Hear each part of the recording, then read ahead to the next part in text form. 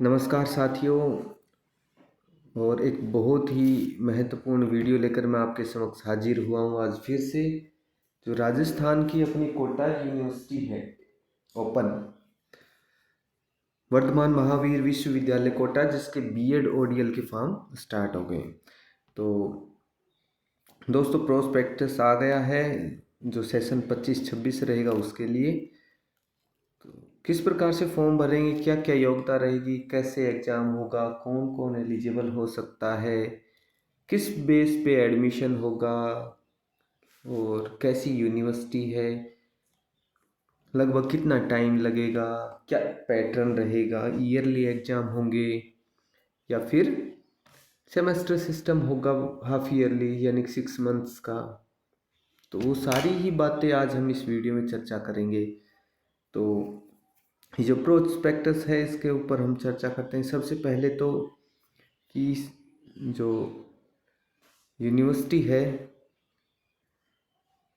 वर्तमान महावीर विश्वविद्यालय कोटा, राजस्थान के अधिनियम 1987 था, इसमें ये स्थापित हुई थी और ये सब एनसीटी से भी मान्यता प्राप्त है 2000 में, ठीक है, और डीईबी से 2018 में। हाँ दोस्तों, एक और महत्वपूर्ण बात बता देता हूँ कि मैं आप अब जो भी कोई भी ऑनलाइन दूरस्थ शिक्षा यानी कि ओडीएल के जो भी प्रोग्राम करोगे उन सब के लिए आपको डीईबी आईडी जरूरी है। और डीईबी आईडी कैसी बनानी है वो मेरे चैनल पे वीडियो है, आप बहुत सिंपल सा बताया है। एबीसी आईडी के लिए भी है, तो आप वो देख के बना लेना और बहुत सिंपल सा है। तो इस पे ये जो आपके जो सामने स्क्रीन पर है ये है एनसीटी का जो सर्टिफिकेट कि इस यूनिवर्सिटी को मान्यता है या नहीं। आप देखो बहुत अच्छे से जो डेट है 21 अक्टूबर 2000, तब इसको मान्यता मिली थी। ये इसके रेफरेंस नंबर है, आप खूब अच्छे से चेक कर सकते हैं। और 500 सीट है इसके पास। तो एक चीज़ तो क्लियर होगी, कितनी सीट है हमारे पास? 500 सीट रहेंगी। चलो 500 काफ़ी सीट होती हैं। और चलो आगे बात कर लेते हैं कि कैसे एडमिशन होगा, क्या क्या चीज़ होती है, क्या क्या चाहिए, कौन कौन कर सकता है।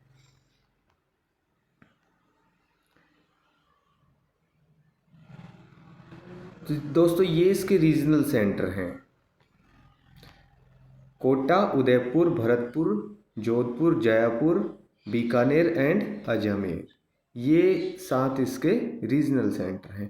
उसके बाद नेक्स्ट बात पे चलते हैं कि यहाँ पे सीधा लिखा है कि जो एडमिशन है, प्रवेश प्रक्रिया शुल्क, वो 5000 रुपीज़ रहेगा। बहुत सारी जो यूनिवर्सिटीज़ हैं वो 2000 1000 बहुत ज़्यादा चार्ज कर रही है, ये ओनली 500 रुपीज़ चार्ज कर रही है। ठीक है, हम पे कर देंगे। उसके बाद योग्यता की जो योग्यता होती है सभी की वही सेम ही होती है कि बीए में 50% हो, ठीक है। अगर आप बीटेक हैं मैथमेटिक्स के साथ तो 55% हो। फिर उसके बाद जो रेगुलर है, नियमित रीति लिखा गया है दोस्तों, ये प्रोस्पेक्टस हिंदी में है तो इसमें नियमित रीति लिखा गया है जिसको हम बोलते हैं रेगुलर मोड। रेगुलर मोड से बीएसटीसी डीएलएड, इट मीन्स जो भी कुछ हो समकक्ष लिखा है। और यहाँ पे द्विवर्षीय मीन्स 2 ईयर का कोई भी एलिमेंट्री टीचिंग के लिए कोई भी जो सर्टिफिकेट डिप्लोमा आपने किया है वो 2 ईयर्स का होना चाहिए। और उसके बाद वो भी एनसीटी से अप्रूव का हो। नेक्स्ट है कि किसी राज्य की या गैर राज्य की कोई भी गवर्नमेंट या फिर प्राइवेट स्कूल है उसमें आप टीचर हो वर्तमान में, ठीक है। उसके बाद है राजस्थान के अनुसूचित जाति, जनजाति, अन्य पिछड़ा वर्ग, अति पिछड़ा वर्ग, दिव्यांग, तलाकशुदा, विधवा, यानी कि जो भी रिलैक्सेशन है वो 5% में रहेंगे। चलो अब यहाँ पे ये नेक्स्ट बात करते हैं। देखो यहाँ पे बोल्ड करके लिखा है, यूनिवर्सिटी ने बहुत अच्छा काम किया है, बोल्ड करके लिखा है कि जो टीचिंग एक्सपीरियंस, शिक्षण अनुभव में न्यूनतम 2 वर्ष की बाध्यता नहीं है। चाहे आप कल ही लगे हो आज आवेदन कर सकते हो। बस उस जो इसकी कंडीशन है वो है कि वर्तमान में अध्यापक होना पर्याप्त है, लेकिन पूरी बीएड के दौरान वो अध्यापक होना चाहिए। अगर आप कोई भी प्रोबेशन पीरियड में है तो आपको डिपार्टमेंट से उसकी परमिशन लेनी होगी, आपकी जिम्मेदारी है। ठीक है, आप 2 वर्ष तक टीचर कंटिन्यू चाहिए। अगर आप बीच में छोड़ देते हैं तो वो आपकी डिग्री वैलिड नहीं होगी। नेक्स्ट की बात करते हैं कि अगर आपने एमए कर रखा है तो वही जर्नल के लिए तो वही 50% रहेगा, बट आप कोई भी रिलैक्सेशन कोई भी है रिजर्वेशन क्राइटेरिया है तो आपको 5% का रिलैक्सेशन मिलेगा और आप 45% आपकी एमए में होनी चाहिए, यानी कि उसमें बीए में 45% है तो हो जाएगा। चलो ठीक है, उसके बाद नेक्स्ट बात करते हैं कि 2 वर्ष का होगा मैक्सिमम, इसमें हम 5 साल तक रह सकते हैं। 5 साल में आपको पूरा करना ही होता है। फीस स्ट्रक्चर इसका रहेगा फर्स्ट ईयर में 28,880 rupees and next second year में होगा वही सेम ही है बट थोड़ा सा डिफर है 28,580 रुपीज़, और ये सब आपको ऑनलाइन जमा कराना होगा। और दोस्तों एक और बहुत महत्वपूर्ण बात बता देता हूँ मैं कि ये जो 28,800 रुपीज़ हैं ये आप जिस दिन काउंसलिंग करवाने जाएंगे उस दिन आपको चाहिए। तो कभी इस प्रकार से कई बार क्या होता है कि हम चले जाते हैं, सोचते हैं काउंसलिंग तो काउंसलिंग की फ़ीस 500 रुपीज़ है वो हम पे कर देंगे, बट अमाउंट लेके नहीं जाते ना ही, कई बार ऐसा हो जाता है। तो मैं पहले ही बता रहा हूँ कि जिस दिन आप काउंसलिंग करवाने जाएंगे तो आपके पास ये सब होना चाहिए। चलो ठीक है, उसके बाद हमें एक चाहिए टीचिंग एक्सपीरियंस सर्टिफिकेट।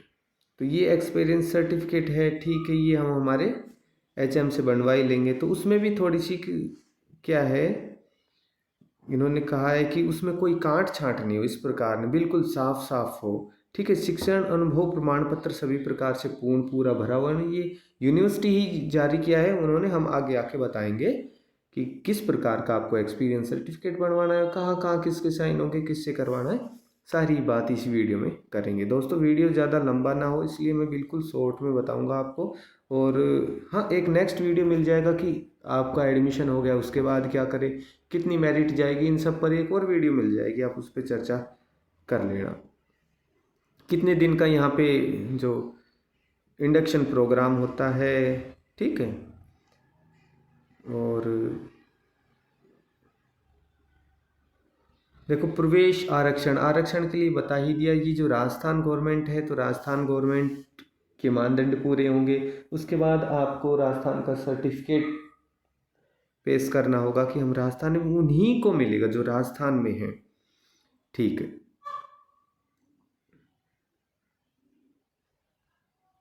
देखो यहाँ पे एक्स सर्विसमैन का भी है, तो एक्स सर्विसमैन को भी अपना सर्टिफिकेट प्रूव करना होगा, वो दिखाना होगा, तभी उनको उनका रिलैक्सेशन का लाभ मिलेगा। ठीक है, यहाँ पे शिक्षण विषय की भी बात बता दी है, लेकिन अभी इतना कुछ फॉर्म भरेंगे तो आपको ये सब पूछ लेता है कि आप कौन से बैकग्राउंड से। ठीक है, आप आर्ट्स से हैं तो आप सामाजिक विज्ञान ले लेंगे। ठीक है, किन्हीं भी कोई भी 2 सामाजिक के सब्जेक्ट ले सकते हैं। उसके बाद साइंस से हैं तो आप मैथमेटिक्स साइंस ले लेंगे या फिर बायोलॉजी साइंस ले लेंगे। उसके बाद अगर आप एग्रीकल्चर से हैं तो जनरल साइंस ले लेंगे, उसके लिए आप फिर बायोलॉजी ले लेंगे। तो ये सब लिखा हुआ है, प्रोस्पेक्टस आपको मेरे उस पर मिल जाएगा चैनल पे, या आप यूनिवर्सिटी से डाउनलोड कर लेंगे, मैं लिंक भी दे दूंगा। और मेरा टेलीग्राम है वहाँ भी मिल जाएगा आपको। और आप कोई पर्सनल मेरे को व्हाट्सअप मैसेज करते हैं या टेलीग्राम मैसेज करते हैं तो मैं वहाँ भी शेयर कर दूंगा आपको। नेक्स्ट बात करते हैं कि ये लिखा है, ये इम्पोर्टेंट है कि बीएड जो कार्यक्रम है ये प्रवेश मेरिट के आधार पर होगा, यानी कि यहाँ पे कोई एग्जाम नहीं होगा, सिर्फ आपको फॉर्म भरना है। उसके बाद अगर आप मेरिट में आते हैं तो आपको एसएमएस, यहाँ पे लिखा है कि आप वरीयता सूची में आने वाले अभ्यर्थी को दिए गए मोबाइल नंबर पर एसएमएस भेजा जाएगा। विश्वविद्यालय की वेबसाइट देख के भी आप पता कर सकते हैं। तो जो वेबसाइट रहेगी वो मैं आपको बता देता हूँ कि www.vmou.ac.in, इस पे जाके आप अपडेट करते रहना चाहिए। उसके बाद बात करते हैं कि किस प्रकार से यहाँ पे मेरिट बनेगी। तो सबसे बड़ी बात, सबसे पहले मेन मेरिट होगी यूजी की, यानी कि आपके पास ग्रेजुएशन में जो सब्जेक्ट थे उनमें कितनी परसेंटेज है उन्हीं की मेरिट बनाई जाएगी। इन केस इफ कोई ऐसे कैंडिडेट हैं जिनकी यूजी में सेम मार्क्स हैं, देन उनकी 12th का देखा जाएगा। 12th में भी अगर उनके सेम है तो फिर 10th का देखा जाएगा। और बहुत रेयर केसेस में इस प्रकार का होगा कि 10th में भी अगर दोनों के इक्वल हैं, देन उनका टीचिंग एक्सपीरियंस देखा कि कौन सीनियर है, सीनियर को लिया जाएगा। जो एडमिशन फॉर्म भरेंगे तो उस समय क्या क्या चाहिएगा। डोमिसाइल ऑफ राजस्थान, राजस्थान का डोमिसाइल चाहिए। अगर आपका पास नहीं है तो आप अदर स्टेट में काउंट हो जाएंगे, आपको अदर स्टेट का एक वो देना पड़ेगा, एफिडेविट बनवा के देना होगा। BSTC DLED DED जो भी कोई आपने कोर्स किया है उसकी मार्कशीट वगैरह चाहिए। 10th की मार्कशीट चाहिए, 12th की मार्कशीट, ग्रेजुएशन की तीनों। उसके बाद PG किया हुआ है तो PG, आयु का प्रमाण पत्र देना होगा, शिक्षण अनुभव प्रमाण पत्र, ठीक है, जो यूनिवर्सिटी ने दिया है उसी फॉर्मेट में बनवाना होगा। अगर आप रिलैक्सेशन लेना चाहते हैं तो कास्ट सर्टिफिकेट लगेगा। फिर ये जो फोर्स से हैं, सेवारत हैं या फिर सेवा मुक्त हैं, सेवानिवृत्त हैं, तो एक सर्विसमैन का सर्टिफिकेट लगेगा। अगर आप कश्मीर से विस्थापित हैं तो कश्मीरी विस्थापित का सर्टिफिकेट लग जाएगा। जो भी तलाकशुदा हैं और विधवा हैं, विकलांग हैं, तो संबंधित प्रमाण पत्र लगेंगे।